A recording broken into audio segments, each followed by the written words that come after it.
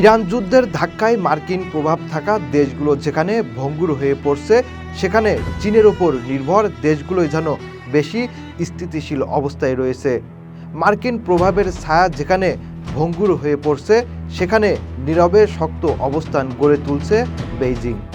তাহলে কি যুদ্ধ বাঁধিয়ে এশিয়াকে চীনের হাতে তুলে দিচ্ছেন ট্রাম্প?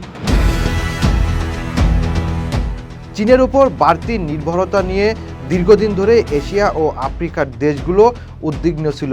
তবে ইরান যুদ্ধের পর পরিস্থিতি উল্টো চিত্র দেখাচ্ছে। যারা চীনের সরবরাহ শৃঙ্খলের ওপরে নির্ভর করেছে, তারা তুলনামূলকভাবে বেশি স্থিতিশীল অবস্থায় রয়েছে, আর যারা মার্কিন প্রভাবের উপর নির্ভর করেছে, তারা বেশি চাপে পড়েছে। এর একটি উদাহরণ পাকিস্তান।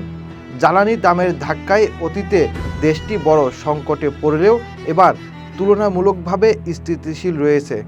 এর প্রধান কারণ চীনা সোলার প্যানেলের ব্যাপক ব্যবহার। কম দামে আমদানির সুযোগ নিয়ে পাকিস্তানের প্রায় 1/4 পরিবার সৌর বিদ্যুৎ ব্যবহার শুরু করেছে, যা জ্বালানির সংকটের চাপ অনেকটা কমিয়েছে। শুধু পাকিস্তান নয়, নেপাল সহ আরও কিছু দেশ সস্তা চীনা প্রযুক্তি, বিশেষ করে বৈদ্যুতিক যান ও নবায়নযোগ্য জ্বালানি ব্যবহার করে জ্বালানি নির্ভর ঝুঁকি কমিয়েছে। বিপরীতে যেসব দেশ নিজেদের বাজার রক্ষায় সস্তা চীনা পণ্যের প্রবেশ সীমিত করেছে, তারা এখন বেশি ঝুঁকিতে রয়েছে। তবে চীনের ওপর নির্ভরতা পুরোপুরি নিরাপদ নয়। সরবরাহ শৃঙ্খলের নিয়ন্ত্রণকে বেইজিং কৌশলগতভাবে ব্যবহার করতে পারে।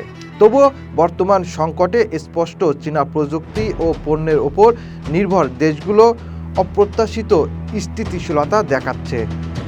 যদি যুক্তরাষ্ট্র উপসাগরীয় অঞ্চল থেকে সরে দাঁড়ায় এবং হরমুজ প্রণালী সংকট দীর্ঘস্থায়ী হয়, তাহলে বৈশ্বিক শক্তির ভারসাম্য বড় পরিবর্তন আসতে পারে, যেখানে এশিয়া আরও বেশি করে চীনের দিকে ঝুঁকে পড়বে।